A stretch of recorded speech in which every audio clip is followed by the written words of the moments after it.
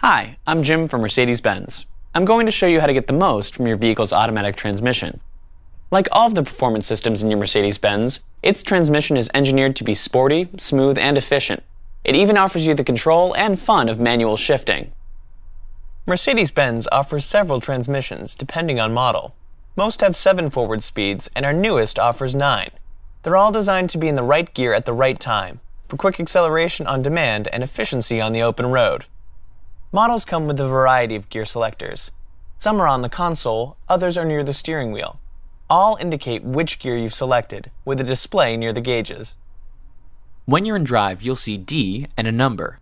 This lets you know which gear the car is using. On every model, you need to step on the brake to shift out of park. The direct select electronic shift lever near the steering wheel makes gear selection fingertip easy. To shift from park to drive, push the lever down past the point of resistance. To shift into reverse, press it up, past the point of resistance. Your selected gear is shown with a box around it. Small arrows next to the other gears let you know how and when they can be selected. To shift to neutral, push the lever up or down, only to the resistance point. And to select park, press the button on the tip of the selector. The vehicle also shifts to park automatically if you open the driver's door when you're stopped, in any gear. But it's best to shift to park and set the parking brake yourself.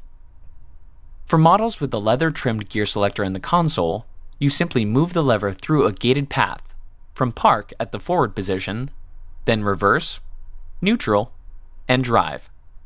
To shift from park to reverse, step on the brake and move the shift lever slightly to the right as you pull it back to R.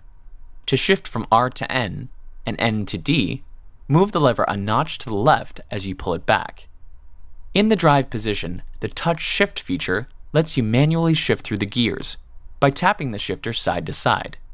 Each tap to the left, toward minus, shifts down a gear. Each tap to the right, or plus, shifts up.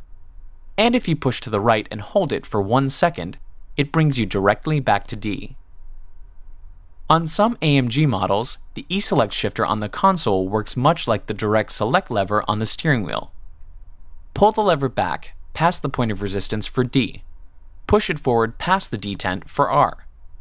To shift to park, press the button marked P. It will also shift to park automatically if you open the driver's door, but again, it's best to engage it yourself.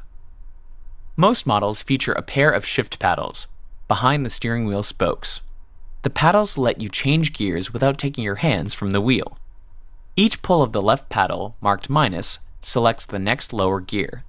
Each tap of the right, or plus, paddle shifts up 1 gear.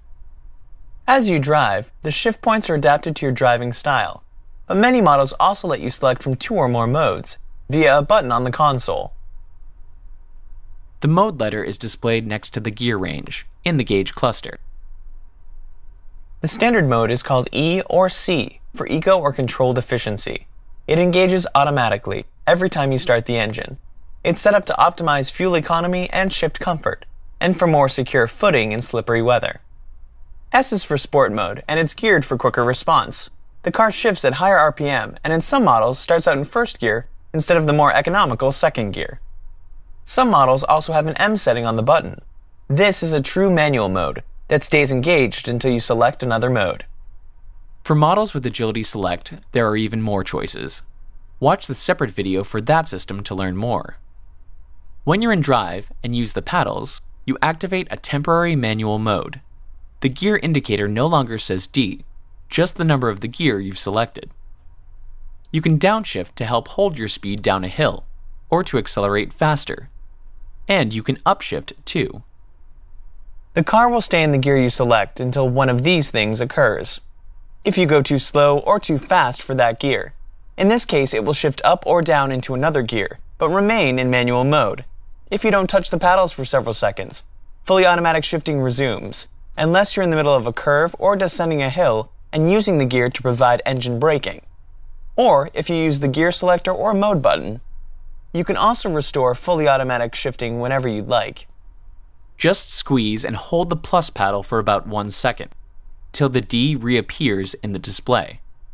Or with the direct select lever, tap it down toward D again.